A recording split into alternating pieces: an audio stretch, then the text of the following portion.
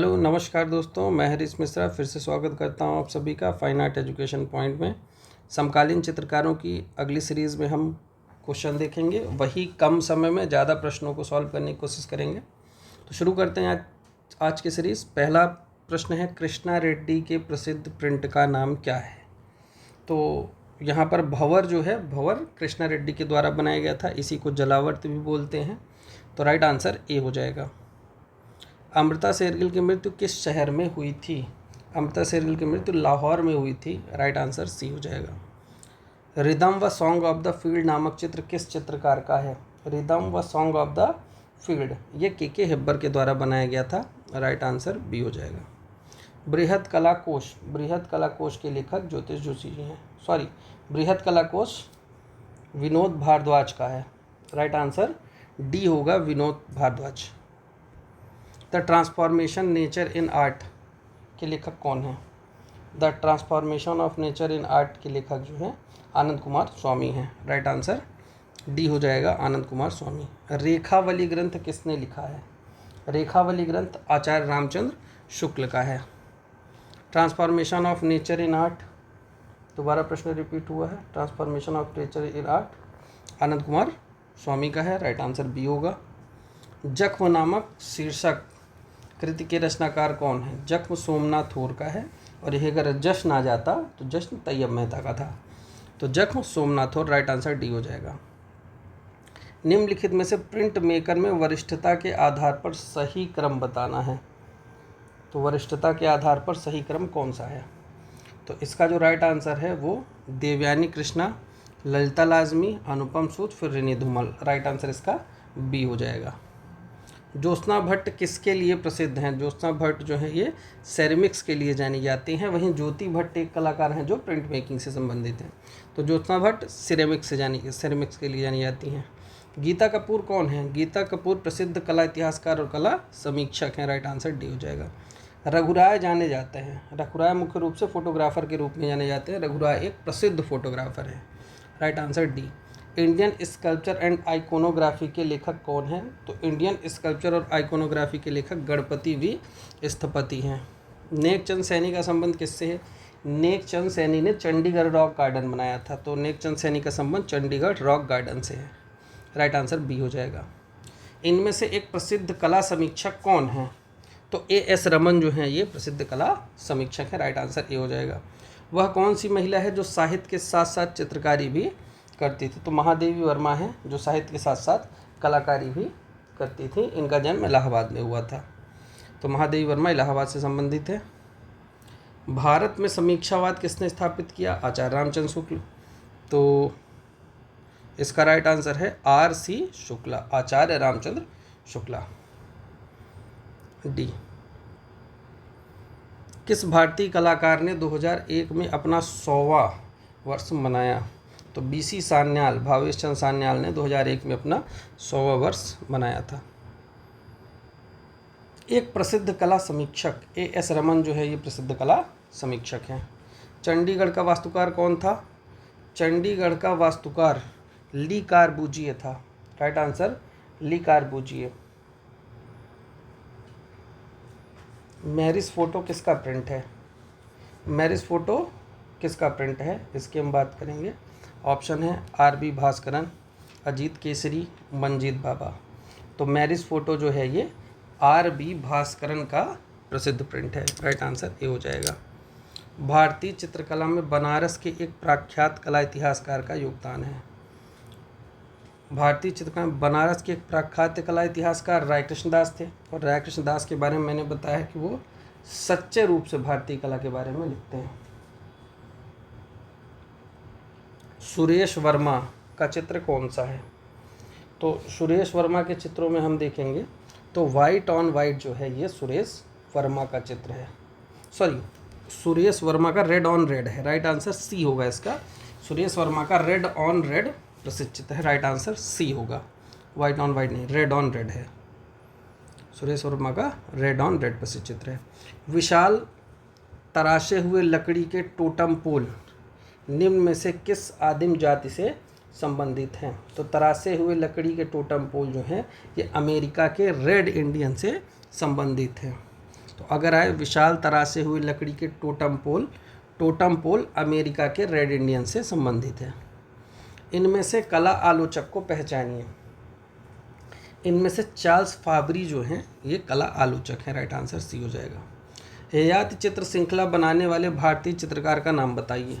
ययाति चित्र श्रृंखला ए रामचंद्रन ने बनाई थी, राइट आंसर सी होगा। उस प्रसिद्ध चित्रकार का नाम बताइए जिसने 29 वर्ष की आयु में 1941 में मृत्यु हुई। तो मात्र 29 वर्ष की आयु में अमृता शेरगिल की मृत्यु हुई थी, राइट आंसर अमृता शेरगिल हो जाएंगे। Through the eyes of A painter किस कलाकार द्वारा निर्देशित किया गया था? तो through the eyes of A painter M.F. Hussain द्वारा निर्देशित किया गया था, राइट आंसर डी होगा। राजस्थान का कलाकार वर्तमान तक जल रंग में चित्रण कर रहा है, ये राइट आंसर है राम जायसवाल। ये हरियाणा टेट में कई बार ये प्रश्न रिपीट हुआ है, तो राम जायसवाल हो जाएंगे। नेक्स्ट देखते हैं, राजस्थानी चित्रकार जिसने जल रंग को तेल रंग की तरह प्रयोग किया, तो ये भूर सिंह शेखावत हैं। ये भी प्रश्न कई बार रिपीट हुआ। सन 1971 में आपने महाभारत की कथा पर 30 चित्र बनाए। महाभारत की कथा पर M.F. हुसैन ने चित्र बनाए थे, राइट आंसर सी हो जाएगा। उस कलाकार का नाम बताए जिसने पिकासो, ब्राक, मातिस और गोगा के चित्रों से प्रेरणा ली, अमृता शेरगिल हो जाएंगी। अमृता शेरगिल के निम्न में से किस चित्र पर भारतीयता की झलक नहीं दिखाई देती है? तो इसमें हम देखेंगे तो fruit vendors, brides toilet, sleep और हिल मैन। तो इसमें स्लीप जो है ये अमृता शेरगिल द्वारा बनाया गया न्यूड चित्र है, इसमें भारतीयता की झलक दिखाई नहीं देती है, राइट आंसर सी हो जाएगा।